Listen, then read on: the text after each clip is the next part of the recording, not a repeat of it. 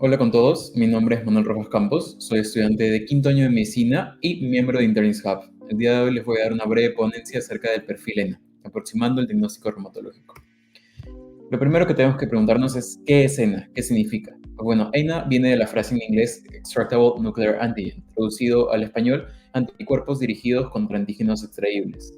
Este es un nombre que no nos dice mucho, pero la definición básica de ENA es un grupo de antígenos encontrado en el núcleo de nuestras células, los cuales son blancos de autoanticuerpos en enfermedades reumáticas. Entonces son algunas proteínas que se encuentran en el núcleo que en algunas enfermedades va a haber anticuerpos contra ellos. El nombre Extractable Nuclear Antigen, es decir, antígeno extraíble, sale debido a que la primera vez que estas proteínas fueron aisladas fue mediante la extracción con solución salina, gracias a los científicos Holman y Robbins, y de ahí es de donde quedó el nombre. Sin embargo, las técnicas actuales ya no requieren la extracción con salina de estos antígenos, entonces es un poco un nombre anticuado. También es importante recordar lo que es el ANA, debido a que estas dos abreviaciones se parecen mucho y son muy utilizadas en enfermedades en común, y más adelante vamos a ver por qué. ANA significa anticuerpos antinucleares, y ENA, anticuerpos dirigidos contra antígenos extraíbles. La prueba ANA permite la detección de anticuerpos antinucleares, es decir, cualquier anticuerpo que va a tener como blanco el núcleo de una célula mediante el uso de inmunofluorescencia, mientras que los ENA se detectan mediante el uso de ELISA. La prueba ANA evalúa la presencia de autoanticuerpos, es decir, no te va a decir qué anticuerpo en específico tenemos, pero te va a decir que existen anticuerpos contra el núcleo, mientras que el ENA permite la detección específica de autoanticuerpos, es decir, te va a decir el anticuerpo contra qué proteína en específico está atacando.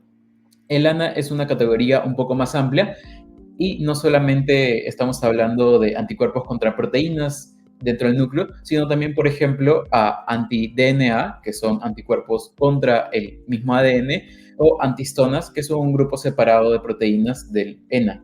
Entonces, cuando estamos hablando de ANA, nos referimos a una categoría mucho más amplia y una prueba que no necesariamente nos dice con especificidad de qué anticuerpo estamos hablando, simplemente la existencia de anticuerpos contra el núcleo.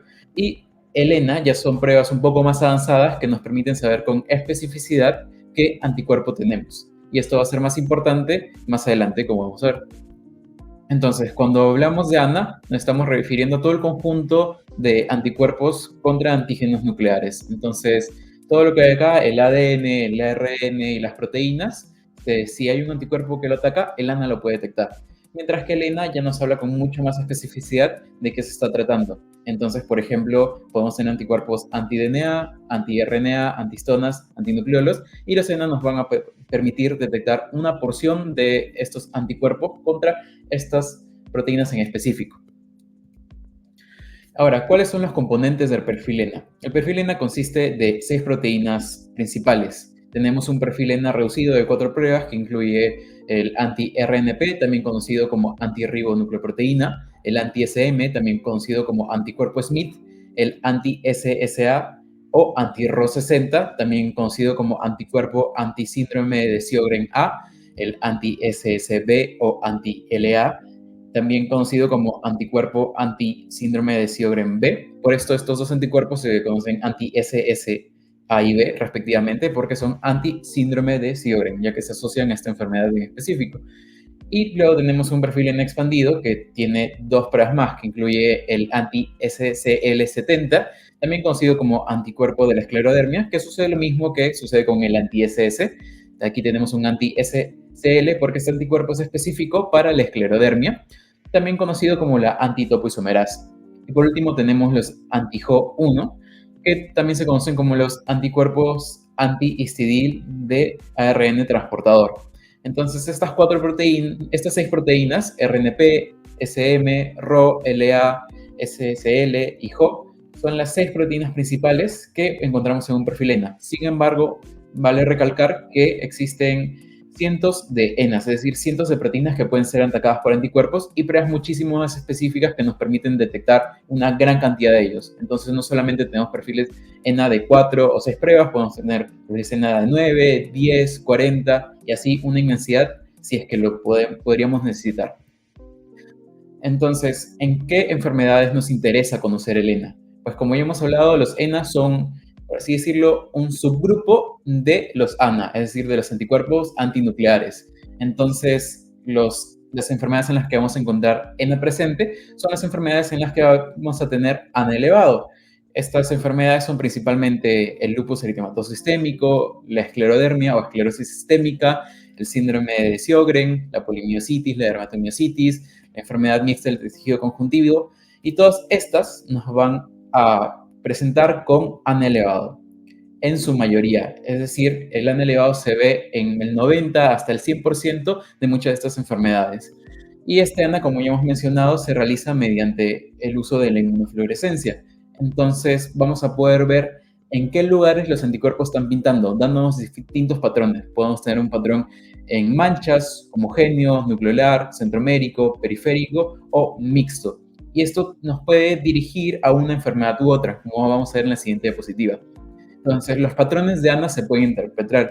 Si tenemos un patrón de ANA periférico, esto nos puede hablar de que tenemos anticuerpos anti-DNA que se asocian al lupus eritematoso sistémico. Si tenemos una distribución homogénea, esto nos puede decir que tenemos anticuerpos anti-DNA, antihistonas, anti-DNP que se encuentran en los nucleosomas, lo cual nos puede también acercar al lupus eritematoso sistémico o a otros desórdenes reumáticos. Si tenemos el patrón en manchas, esto nos puede hablar de muchos otros anticuerpos como el anti-Smith o el anti-RNP, el anti-Ro, el anti-La, el anti-Jo, y esto nuevamente nos va a dirigir a un gran número de enfermedades como es el LES, la esclerosis sistémica, el síndrome de Sjögren y así. Y hay algunos patrones que son un poquito más específicos, como el patrón de centromérico, que únicamente se pintan los centrómeros. Entonces, lo más probable es que tengamos anticuerpos contra los centrómeros, es decir, anticentrómeros.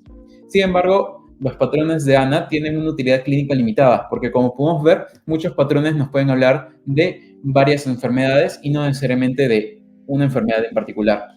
Entonces, los patrones de ANA no siempre son suficientes para el diagnóstico. Y ahí es donde entra el perfil ENA. Entonces, ¿cuándo solicitamos un perfil ENA? Pues lo primero es que necesitamos un paciente que tenga síntomas asociados a una enfermedad reumática. ¿Y cuáles son estas enfermedades reumáticas? Pues ya las hemos mencionado, pero las vamos a repetir.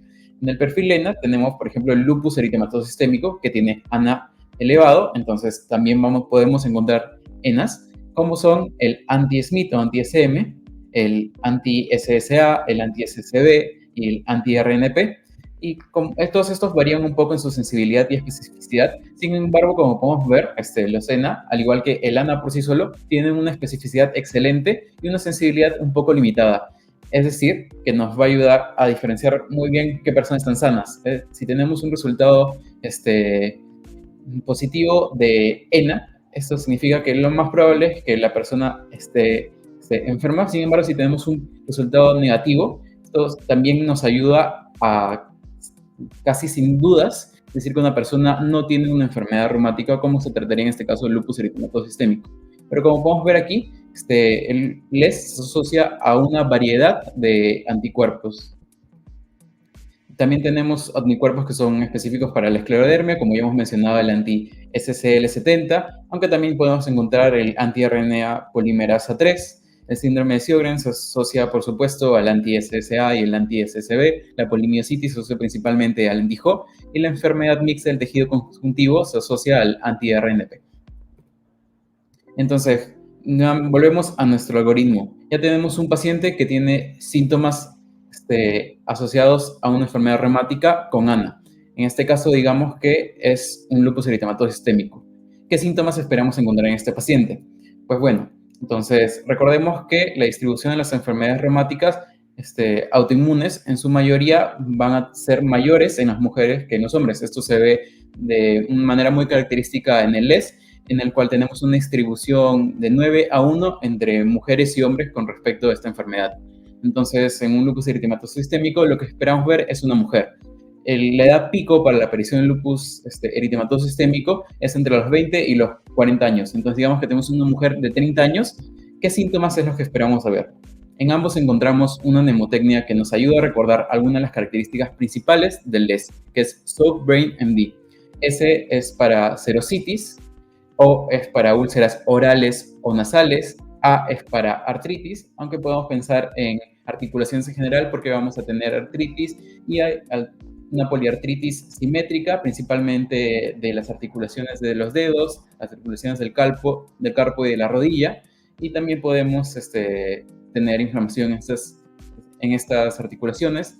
También P del SOAP es de fotosensitividad, B es de blood disorders, debido a que en el lupus eritematoso sistémico podemos encontrar a veces como signo algunas citopenias que pueden predisponer a los pacientes a infecciones. También podemos encontrar como signo cutáneo petequias o la misma palidez por la anemia. R de renal involvement o de riñón, debido a que los pacientes con lupus pueden desarrollar nefritis lúpica. A de ANA, porque como ya hemos mencionado, el lupus eritematoso sistémico es una enfermedad asociada a ANA. Y luego I de immunological phenomenon, debido a los distintos anticuerpos que podemos encontrar en el lupus, como el anti-dsDNA o double-stranded DNA, el anti-SM y los anticuerpos antifosfolipídicos. N es de desórdenes neurológicos, debido a que los pacientes con lupus pueden desarrollar psicosis, cambios en la personalidad o incluso llegar a convulsionar. Y luego la M y la D son debido a los eritemas malar y discoide, que también están muy presentes en la enfermedad de lupus eritematoso sistémico. También hay que recordar que podemos tener compromisos más sistémicos y no solamente ver la parte cutánea. Entonces, los pacientes con lupus van a tener una gran variedad de síntomas. Y siempre nunca olvidar nuestros síntomas generales, como son la fiebre, la fatiga y la pérdida de peso, que se ven en muchas enfermedades autoinmunes, el lupus incluido. Entonces ya tenemos un paciente que tiene la presentación típica de un lupus eritematoso sistémico. ¿Qué es lo siguiente que queremos hacer? Pues bueno, nuestro test inicial va a ser un ANA. Recordemos que el S es un diagnóstico clínico, sin embargo existen algunos criterios de clasificación que han sido propuestos tanto por la Academia Europea como la Academia Americana. Y en estos encontramos que el criterio de entrada para que una persona sea clasificada como lupus eritematoso sistémico es un ANA positivo, mayor a 1.8. Entonces, para que una persona sea clasificada según estos criterios, como teniendo el lupus eritematoso sistémico, tiene que tener un ANA positivo. Si es que no lo tiene, no podemos clasificarlo como esta enfermedad. Siempre es importante recordar con este tipo de criterios que son más utilizados para estudios y no tanto como para su uso en la vida real, pero también nos ayuda a ver lo prevalente que es la positividad del ANA en los pacientes de lupus, como para que tanto las academias europeas como americanas digan que un criterio que es necesario para que un paciente tenga lupus es la positividad del ANA. Y también nos pide, por supuesto, al menos un criterio clínico de todos los criterios que tenemos acá. Entonces, no esperamos ver únicamente un paciente que tenga un ANA positivo y tal vez un anticuerpo positivo. Lo que queremos ver es que también tenga la sintomatología del lupus. Así que también es muy importante ver cuál es la presentación de los pacientes. Entonces, como ya hemos mencionado, tenemos algunos síntomas constitucionales o generales, como pueden ser la fiebre, patológicos como las citopenias, psiquiátricos, mucocutáneos, serosos, musculoesqueléticos y renales. Entonces, cualquiera de estos síntomas nos podría acercar a un diagnóstico de lupus eritematoso sistémico. Pero bueno, entonces le realizamos el ANA a nuestro paciente y salió positivo. Entonces, ¿qué es lo siguiente que queremos hacer? En este algoritmo, para analizar un poco, una vez que tenemos un ANA positivo, lo que nos dice es que consideramos hacer una prueba, un perfil ENA o algún otro anticuerpo, dependiendo de cuál sea la sospecha clínica. Y si encontramos un resultado negativo y la sospecha de una enfermedad reumática es baja, no deberíamos por qué hacer ninguna otra prueba extra. Pero si tenemos una alta sospecha de una enfermedad reumática, entonces en ese caso sí podríamos hacer un ENA a pesar de nuestro resultado ANA negativo. Sin embargo, lo más común es encontrar un ANA positivo y esto nos va a llevar consecuentemente a tener una prueba ENA para confirmar nuestro diagnóstico. Entonces recordemos que las pruebas ENA no se realizan en un vacío. Una persona no debería requerir un perfil ENA como una primera prueba. Siempre tenemos que primero tener nuestro ANA, y una vez que tenemos nuestro ANA positivo, esto nos indica que muy probablemente tengamos anticuerpos que detectar en el ENA y recién ahí lo realizamos. Entonces, nuevamente, ahora que ya tenemos nuestro ANA positivo, vemos nuestros criterios. Dentro de nuestros criterios vemos que existen algunos anticuerpos específicos al lupus eritematoso sistémico, en el cual encontramos el double-stranded DNA, que como ya hemos mencionado no es un ENA debido a que no es una proteína, pero abajo tenemos un ENA, que es el anti-Smith antibody. Entonces, la presencia de un anti-SM en un paciente con sospecha de lupus nos acerca bastante al diagnóstico de esta enfermedad. Entonces, justamente es por eso que es importante realizar un perfil ENA en los pacientes con sospecha de LES, debido a que es uno de los criterios que nos puede ayudar a apoyar un diagnóstico. Pero recordemos que siempre por delante tenemos la clínica. No hay que olvidar, el diagnóstico del lupus eritematoso sistémico es clínico. Los estudios auxiliares tienen como soporte. Son eso, un auxilio, algo que nos ayuda a un poco más dirigir o a estar más seguros de la enfermedad que tenemos presentándose. Pero no podemos basarnos únicamente de estos para llegar a un diagnóstico. Entonces, ahora que ya tenemos nuestro sospecha clínica, nuestro ANA positivo y un ENA positivo, ya podemos decir con toda confianza que este paciente tiene un lupus eritematoso sistémico. Ahora pasaremos a otro ejemplo, que es el de la esclerodermia.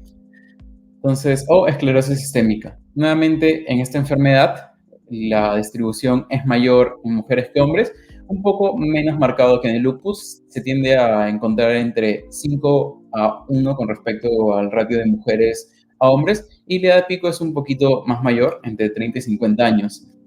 Y la presentación se basa en dos patrones. Tenemos una esclerosis sistémica limitada, en el cual los cambios cutáneos únicamente involucran las áreas del cuello, la cara y los miembros distales, sin afectar el tronco, y una esclerosis sistémica difusa, en el cual vamos a tener una afectación ya del tronco y de los codos.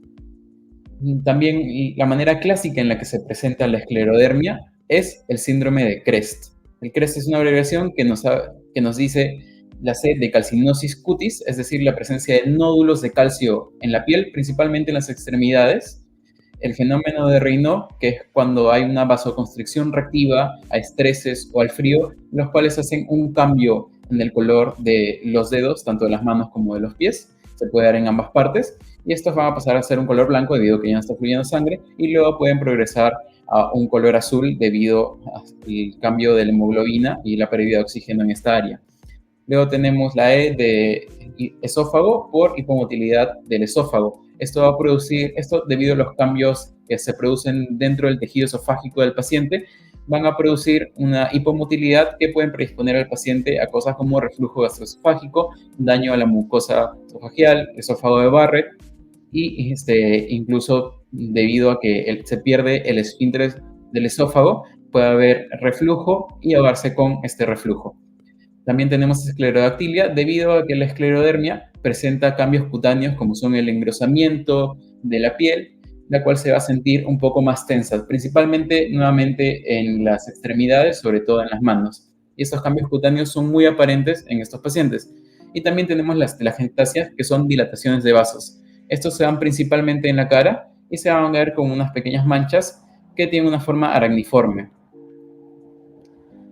Entonces, este es el cuadro clínico de una esclerodermia. Sin embargo, si queremos realizarle alguna prueba, ¿qué es lo primero que vamos a realizar? Pues bueno, como ya hemos dicho, la esclerodermia es una enfermedad que se asocia a ANA, es decir, anticuerpos antinucleares. Entonces, lo primero que le vamos a hacer es un ANA. Si nos sale positivo, esto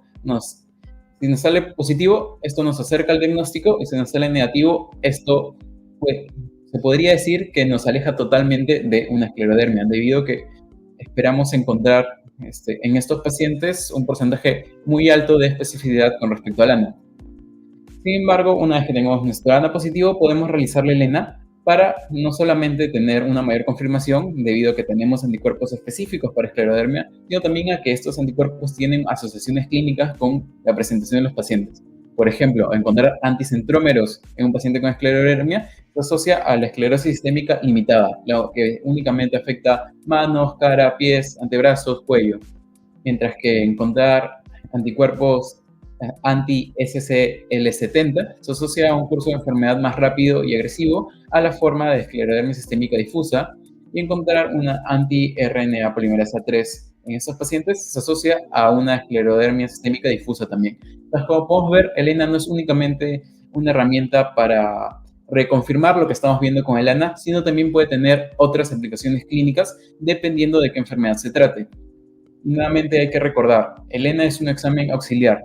No hay que pensar que el ENA nos va a dar un diagnóstico únicamente por pedirlo. Necesitamos información clínica y exámenes auxiliares previos que nos muestren la necesidad de pedir un perfil ENA, justamente para que los resultados que tengamos sean resultados de validez y resultados que nos pueden ayudar a llegar a un diagnóstico mucho más apropiado. Entonces, eso sería todo por mi parte. Muchas gracias. Espero que les haya gustado esta pequeña ponencia.